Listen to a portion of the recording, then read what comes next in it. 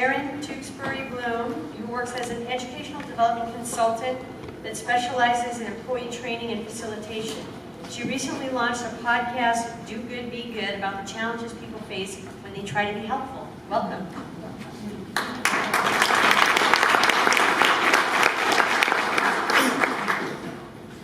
Shirley, you stole my clicker.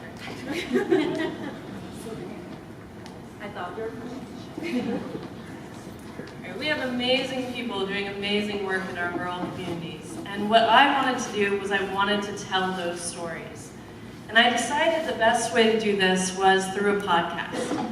I personally listen to a ton of podcasts. And what I love about podcasts is their ability to really help you connect.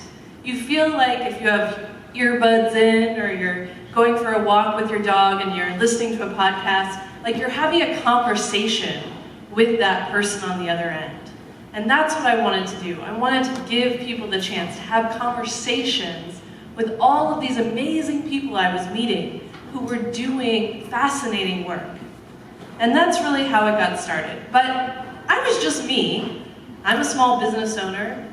I don't actually have a background in audio production. I thought, how can I ever get started with this? It felt very daunting. Luckily, although I didn't do audio production for them, my very first job in Flagstaff was working for Sun Sounds Radio. And Sun Sounds of Arizona is a radio reading service for people who are blind or print disabled, and I was their marketing coordinator. So I know how to talk about what Sun Sounds does. I didn't actually know how to use the equipment. But I went to the station manager, Gina Byers, and I said, is there any way that I could do a pilot where I could come in and I could record in your studio and get a little bit of help here and be able to give this a try? And luckily they said yes, because that is the studio space. And it is amazing. Their studio is on par with KNAU and all the public radio stations in terms of the quality of the equipment that they have there. So I was given a really unique experience, which was getting to be a brand new baby podcaster, just trying to figure it out, but being able to do it with really high sound quality. And let's give a little listen so you can hear what I'm talking about. I'm going to do something really hard because AmeriCorps was hard, and I did that. Do Good, Be Good is back for season 2. On this show, I talk to helpful people about the challenges they face in trying to do good. So that is great sound quality, right? Yeah. Fantastic. And I do want to give a shout out, I think Robin Hansen's in the room in the back. So that last season I did was all stories about AmeriCorps service. And I know there's other people in this room who are connected with AmeriCorps and Vista. I was an AmeriCorps member myself. So I did an entire series of 10 different interviews with AmeriCorps alumni about their service and the kind of work that they did in our communities.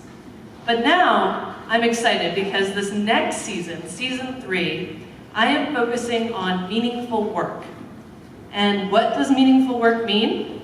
Well, let some of my guests give you a hint. I was there in May at the airport late at night with a friend as his son was going off to Dubai for an internship. And I'd never seen this before. And all my times in and out of Nepal, there's a specific line that says Nepalese with foreign visa. And this line at 10 o'clock at night is wrapped around the airport. It's like you look at it and you're like, oh my goodness, look at all these kids leaving from 18 to 20 years old. All this workforce and all these resources and these beautiful minds are just now off to go someplace else. That's Dan Maurer. Dan Maurer is the one on the far side there, and he and his best friend, Anthony Mancini, they live in Flagstaff now. They're originally from Rochester, New York, and they had traveled to Nepal for a backpacking trip, and they stayed over there and worked on an organic farm and fell in love with the country. And then when they returned, they had heard about the devastating earthquake that destroyed villages in Nepal. And they had met so many of these amazing people when they were visiting there that they felt that strong connection and they wanted to do something about it. And I've now interviewed Dan 3 times about this founding of Elevate Nepal, which is a nonprofit that they started to try to rebuild schools and homes in Nepal. And on the latest episode, which hasn't been released yet, you guys are getting brand new audio that has not actually been released on the podcast yet. Dan tells me about their next move that they're making. They've just pivoted in their organization because he was talking to the villages as they are rebuilding their homes. And they're saying, well, this is great, we have homes now, but the villages have been abandoned by the young people. The young people are leaving, they're going to the Middle East, they're going to other places where there are jobs. And how many of us can relate to that in rural communities where our workforce, our young people, are leaving? And how do we draw them back? So we had a really fascinating conversation about that, of is this something that we can do anything about? Is this just young people being young people in rural communities? What can we do? And Dan and Anthony have actually begun importing coffee beans from the Nepalese villages and then selling those in some of the local communities here in Arizona with local roasteries. So learn all about that on that episode. Did it take longer than you thought for that to... Yeah. Okay. Yeah. I think I didn't realize how much work goes into running a studio, running a business, beyond just the, teaching a class and having client interactions and kind of keeping it going when the studio's open. There's just so much else that goes on when we're closed. Mm-hmm. Me and my computer.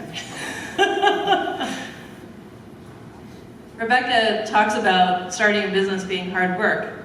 What's funny to me about this is that she is absolutely no stranger to hard work. Before she moved to Flagstaff to start a Bar 3 fitness studio, she was a trial attorney in the San Francisco Bay Area. She decided to start the fitness studio because, as a trial attorney, she was burned out. She was working so many long weeks and she was feeling completely at her end of her rope. And she would go to a Bar 3 fitness studio, and that would be her happy place to get away from the stress of her job. So she decided to turn her happy place into her full-time job. And what do you know? Her happy place was also very stressful when you're the one that actually starts it. So we had a really great conversation about that and making big leaps and big choices to leave one industry and start something completely new, and to move from the San Francisco Bay Area to move to Flagstaff, Arizona. We are at the office store buying supplies today, and we're stocking up for this fall. And we have a full cart. We come up to the register, and a guy named Richard is there paying for a magnifying glass. And he looks and he goes, obviously we have a lot of supplies, and are you a teacher? And I said, yeah, we teach at a trade school, a private trade school. And he asked about if we have any support for all these supplies. And I said, well, we're self-funded. So he decided he's going to pay for everything we have in our cart. So I kind of challenge him, like, we have a lot of stuff here. So he buys all the student supplies to the tune of $285 with just pass it forward type of a smile and mentality. I'm just super grateful that that has happened to us over and over and over and over. I love Kenny. Kenny is amazing. And you can't necessarily hear it if you don't know what you're listening for, but he gets choked up at the end there. And he's so passionate about this. What he doesn't say there, when we go into in the episode, is that this trade school is not just any trade school. He works in non-destructive testing as an engineer, and he started this trade school from a very personal place, which was that he had an uncle who helped to raise him, who was a veteran. And when he became an engineer, he, for his work, was traveling all over the country. And on plane ride after plane ride, he started meeting other veterans. And he would have conversations with them about, what are you planning to do when you get out of the service? And so many of them did not have a plan. And if they did have a plan, it wasn't going to be enough to make a successful transition.